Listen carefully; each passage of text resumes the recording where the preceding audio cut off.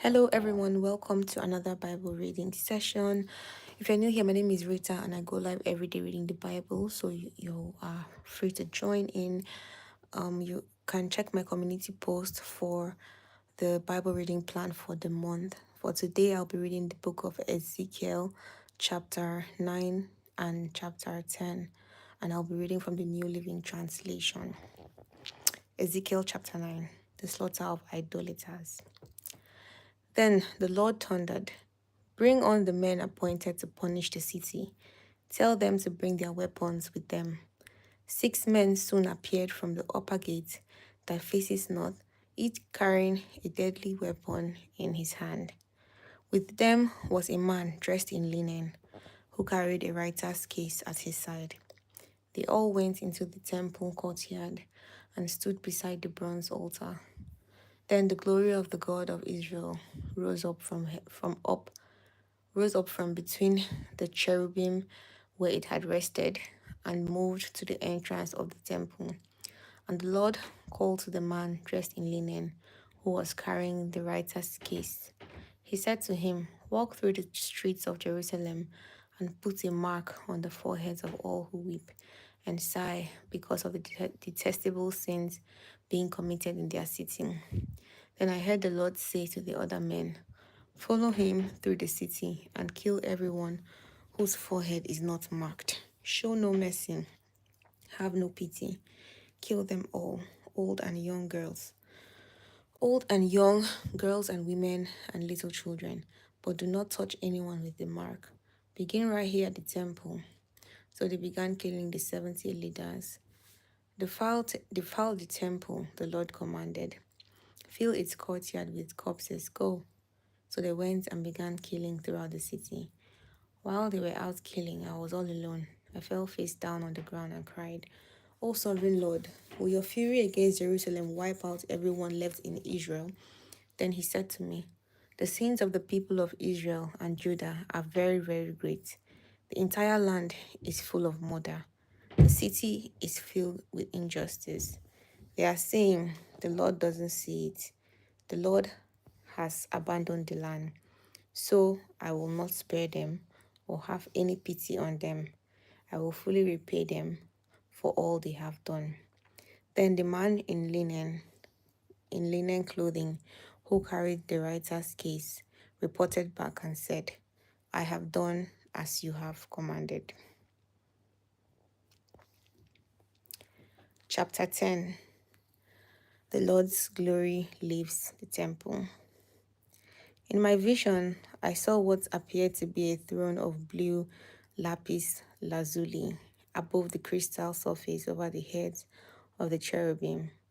Then the Lord spoke to the man in linen clothing and said, "Go between the whirling wheels beneath the cherubim and take a handful of burning coals and scatter them over the city." He did this as I watched. The cherubim were standing at the south end of the temple when the man went in, and the cloud of glory filled the inner courtyard. Then the glory of the Lord rose up from above the cherubim and went over to the entrance of the temple.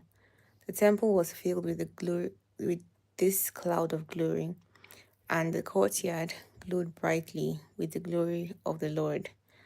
The moving wings of the cherubim sounded like the voice of God Almighty and could be heard even in the outer courtyard. The Lord said to the man in linen clothing, "Go between the cherubim and take some burning coals from between the wheels." So the man went in and stood beside one of the wheels. Then one of the cherubim reached out his hand and took some live coals from the fire burning among them. He put the coals into the hands of the man in linen clothing, and the man took them and went out. All the cherubim had what looked like human hands under their wings. I looked, and each of the 4 cherubim had a wheel beside him, and the wheels sparkled like beryl. All 4 wheels looked alike and were made the same. Each wheel had a second wheel turning crosswise within it. The cherubim could move in any of the 4 directions they faced, without turning as they moved. They went straight in the direction they faced, never turning aside. Both the cherubim and the wheels were covered with eyes. The cherubim had eyes all over their body, including their hands, their backs, and their wings. I heard someone refer to the wheels as the whirling wheels. Each of the four cherubim had four faces. The first was the face of an ox, the second was a human face, the third was the face of a lion, and the fourth was the face of an eagle. Then the cherubim rose upward. These were the same living beings I had seen beside the Kibar River. When the cherubim moved, the wheels moved with them. When they lifted their wings to fly, the wheels stayed beside them. When the cherubim stopped, the wheels stopped. When they flew upward, the wheels rose up, for the spirit of the living beings was in the wheels. Then the glory of the Lord moved out from the entrance of the temple and hovered above the cherubim. And as I watched, the cherubim flew with their wheels to the east gate of the Lord's temple, and the glory of God of Israel hovered above them. These were the same living beings I had seen beneath the God of Israel when I was by the Kibar River. I knew they were cherubim, for each had four faces and four wings, and what looked like human hands under their wings. And their faces were just like the faces of the beings I had seen at the Kibar River, and they traveled straight ahead, just as the others had. That brings us to the end of today's Bible reading. Thank you for staying tuned today, and I will see you in my next Bible reading. Have a lovely night.